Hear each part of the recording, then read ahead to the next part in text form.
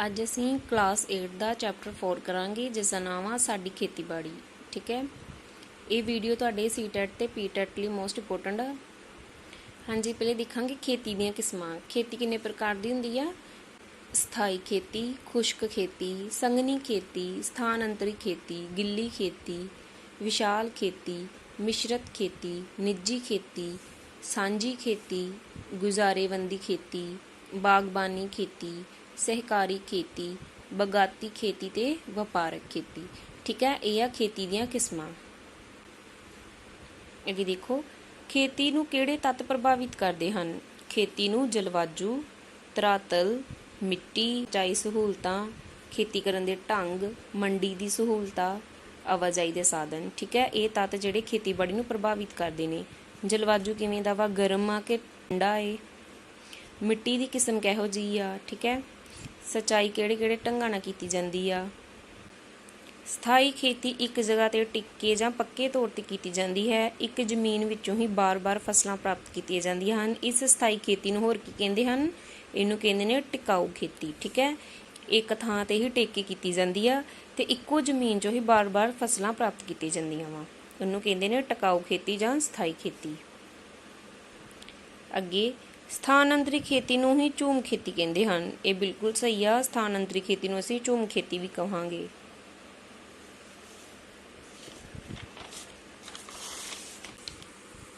ਅੱਗੇ ਦੇਖੋ, ਜ਼ਮੀਨ ਦਾ ਆਕਾਰ ਵੱਡਾ ਹੋਣ ਕਰਕੇ ਇਸ ਕਿਸਮ ਦੀ ਖੇਤੀ ਮਸ਼ੀਨਾਂ ਅਤੇ ਹੈਲੀਕਾਪਟਰਾਂ ਦੀ ਮਦਦ ਨਾਲ ਕੀਤੀ ਜਾਂਦੀ ਹੈ।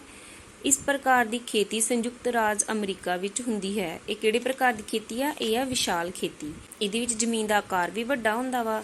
ਜਿਹੜੀ ਖੇਤੀ ਆ ਮਸ਼ੀਨਾਂ ਤੇ ਹੈਲੀਕਾਪਟਰਾਂ ਨਾਲ ਕੀਤੀ ਜਾਂਦੀ ਆ ਤੇ ਇਹ ਜਿਹੜੀ ਆ ਸੰਯੁਕਤ ਰਾਜ ਅਮਰੀਕਾ ਵਿੱਚ ਕੀਤੀ ਗਈ ਸੀ ਪਹਿਲੇ। ਇਹ ਕੀ ਆ? ਵਿਸ਼ਾਲ ਖੇਤੀ। ਹੁਣ ਅਸੀਂ ਦੇਖਾਂਗੇ ਨਿੱਜੀ ਖੇਤੀ ਕੀ ਆ। ਇਸ ਕਿਸਮ ਦੀ ਖੇਤੀ ਵਿੱਚ ਜ਼ਮੀਨ ਦਾ ਮਾਲਕ ਕਿਸਾਨ ਆਪ ਹੁੰਦਾ ਹੈ। ਜ਼ਮੀਨ ਤੇ ਵਰਤੇ ਜਾਣ ਵਾਲੇ ਜੰਤਰ, ਖਾਦਾਂ ਤੇ ਹੋਰ ਚੀਜ਼ਾਂ ਤੇ ਕੰਟਰੋਲ ਵੀ ਕਿਸਾਨ ਦਾ ਹੁੰਦਾ ਹੈ। ਜ਼ਮੀਨ ਤੋਂ ਹੋਈ ਆਮਦਨ ਵੀ ਕਿਸਾਨ ਦੀ ਨਿੱਜੀ ਹੁੰਦੀ ਹੈ। ਠੀਕ ਹੈ, ਜੋ ਵੀ ਜ਼ਮੀਨ ਤੇ ਜੰਤਰ ਵਰਤਣੇ ਆ, ਜਿਹੜੀ ਵੀ ਖਾਦ ਵਰਤਣੀ ਆ, ਜਿੰਨੀ ਵੀ ਆਮਦਨ ਹੋਣੀ ਆ, ਉਹ ਸਾਰਾ ਕੁਝ ਕਿਸਾਨ ਦਾ ਆਪ ਦਾ ਹੀ ਹੁੰਦਾ ਹੈ। ਠੀਕ ਹੈ, ਇਹ ਹੁੰਦੀ ਹੈ ਨਿੱਜੀ ਖੇਤੀ। ਅਗਲਾ ਕੁਐਸਚਨ ਦੇਖੋ, ਜ਼ਮੀਨ ਤੇ ਅਧਿਕਾਰ ਸਰਕਾਰ ਦਾ ਹੁੰਦਾ ਹੈ। ਖੇਤੀ ਤੋਂ ਹੋਈ ਆਮਦਨ ਦਾ ਕੁਝ ਹਿੱਸਾ ਸਰਕਾਰ ਨੂੰ ਤੇ ਬਾਕੀ ਹਿੱਸਾ ਕਿਸਾਨਾਂ ਨੂੰ ਵੰਡ ਦਿੱਤਾ ਜਾਂਦਾ ਹੈ। ਇਹ ਕਿਸ ਪ੍ਰਕਾਰ ਦੀ ਖੇਤੀ ਆ? ਇਹ ਆ ਸਾਂਝੀ ਖੇਤੀ। ਠੀਕ ਹੈ, ਜ਼ਮੀਨ ਤੇ ਜਿਹੜਾ ਅਧਿਕਾਰ ਸਰਕਾਰ ਦਾ ਹੋਣਾ ਵਾ ਤੇ ਜਿਹੜੀ ਖੇਤੀ ਤੋਂ ਆਮਦਨ ਹੋਈ ਆ, ਅੱਧਾ ਹਿੱਸਾ ਸਰਕਾਰ ਨੂੰ ਤੇ ਬਾਕੀ ਹਿੱਸਾ ਕਿਸਾਨਾਂ 'ਚ ਵੰਡ ਦਿੱਤਾ ਜਾਂਦਾ ਹੈ। ਠੀਕ ਹੈ, ਉਹ ਆ ਸਾਂਝੀ ਖੇਤੀ। ਇਹ ਸੋਵੀਅਤ ਸੰਘ ਵਿੱਚ ਪ੍ਰਚਲਿਤ ਸੀ। ਠੀਕ ਹੈ, ਚਾਵਲ ਦੀ ਪੈਦਾਵਾਰ ਕਰਨ ਵਿੱਚ ਪਹਿਲੇ ਨੰਬਰ ਤੇ ਕਿਹੜਾ ਦੇਸ਼ ਹੈ? ਚੀਨ ਜਿਹੜਾ ਵਾ ਪਹਿਲੇ ਨੰਬਰ ਤੇ ਚਾਵਲ ਦੀ ਪੈਦਾਵਾਰ ਕਰਦਾ ਵਾ, 36% ਕਰਦਾ ਵਾ। ਠੀਕ ਹੈ, ਦੂਜੇ ਨੰਬਰ ਤੇ ਸਾਡਾ ਭਾਰਤ ਆਵੇਗਾ, 20% ਕਰਦਾ ਵਾ। ਚਾਵਲ ਦੀ ਪੈਦਾਵਾਰ ਲਈ ਗਰਮ ਤੇ ਤਰ ਜਲਵਾਯੂ ਦੀ ਲੋੜ ਹੁੰਦੀ ਆ। ਫਿਰ ਨੋਟ ਕਰ ਲਓ, ਚੀਨ ਜਿਹੜਾ ਵਾ 36% ਚਾਵਲ ਪੈਦਾ ਕਰਦਾ ਵਾ ਤੇ ਭਾਰਤ ਦੂਸਰੇ ਨੰਬਰ ਤੇ ਜਿਹੜਾ 20% ਕਰਦਾ ਹੈ।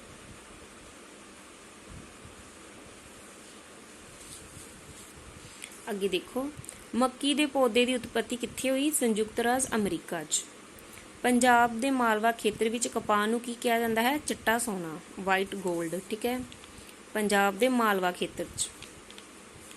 ਪਟਸਨ ਦੀ ਵਰਤੋਂ ਕਿੱਥੇ ਹੁੰਦੀ ਆ? ਰੱਸੇ, ਬੋਰੀਆਂ ਤੇ ਟਾਟ ਬਣਾਉਣ ਵਿੱਚ। ਪੇ ਫਸਲਾਂ ਵਿੱਚ ਕਿਹੜੀਆਂ ਫਸਲਾਂ ਆਉਂਦੀਆਂ ਹਨ? ਚਾਹ ਤੇ ਕੌਫੀ। ਅਨਾਜ ਫਸਲਾਂ ਕਿਹੜੀਆਂ ਹਨ? ਚਾਵਲ, ਕਣਕ, ਮੱਕੀ, ਜਵਾਰ, ਬਾਜਰਾ ਤੇ ਦਾਲਾਂ।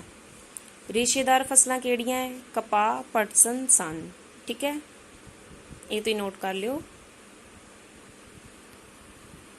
ਹਾਂਜੀ, ਮੇਰੇ ਕੋਲ ਪੀਟੈਟ ਦਾ ਕੁਐਸਚਨ ਪੇਪਰ ਆ ਜਿਹੜਾ 2021 ਨੂੰ ਆਇਆ ਸੀ। ਠੀਕ ਹੈ, ਇਹਦੇ ਵਿੱਚ ਇੱਕ ਕੁਐਸਚਨ ਆਇਆ ਸੀ, ਹੇਠ ਲਿਖਿਆਂ ਵਿੱਚੋਂ ਕਿਸ ਨੂੰ ਸੁਨਹਿਰੀ ਰੇਸ਼ਾ ਵੀ ਕਿਹਾ ਜਾਂਦਾ ਹੈ? ਪਟਸਨ ਨੂੰ ਸੁਨਹਿਰੀ ਰੇਸ਼ਾ ਕਿਹਾ ਜਾਂਦਾ ਹੈ। ਠੀਕ ਹੈ, ਇੱਥੇ ਕੁਐਸਚਨ ਆ, ਪੰਜਾਬ ਦੇ ਮਾਲਵਾ ਖੇਤਰ ਵਿੱਚ ਕਪਾਹ ਨੂੰ ਕੀ ਕਿਹਾ ਜਾਂਦਾ ਹੈ? ਚਿੱਟਾ ਸੋਨਾ। ਠੀਕ ਹੈ, ਕਪਾਹ ਨੂੰ ਚਿੱਟਾ ਸੋਨਾ ਕਹਿੰਦੇ ਨੇ, ਸੁਨਹਿਰੀ ਰੇਸ਼ਾ ਪਟਸਨ ਨੂੰ। ਹਾਂਜੀ, 2020 ਦਾ ਕੁਐਸਚਨ ਪੇਪਰ ਵੇਖੋ, ਹੇਠ ਲਿਖਿਆਂ ਵਿੱਚੋਂ ਵਪਾਰਕ ਫਸਲ ਕਿਹੜੀ ਹੈ? ਵਪਾਰਕ ਫਸਲ ਕਪਾਹ ਵਾ। ਠੀਕ ਹੈ, ਵਪਾਰਕ ਫਸਲਾਂ ਕਪਾਹ, ਪਟਸਨ, ਚਾਹ, ਕੌਫੀ, ਰਬੜ ਤੇ ਕਣਕ। ਠੀਕ ਹੈ, ਇੱਥੇ ਕੁਐਸਚਨ ਆ, ਅਨਾਜ ਫਸਲਾਂ ਕਿਹੜੀਆਂ ਹਨ? ਦੇਖ ਲਓ। ਜੇ ਤੁਹਾਨੂੰ ਸਾਡੀ ਵੀਡੀਓ ਪਸੰਦ ਆਈ, ਲਾਈਕ ਤੇ ਸ਼ੇਅਰ ਜ਼ਰੂਰ ਕਰਿਓ।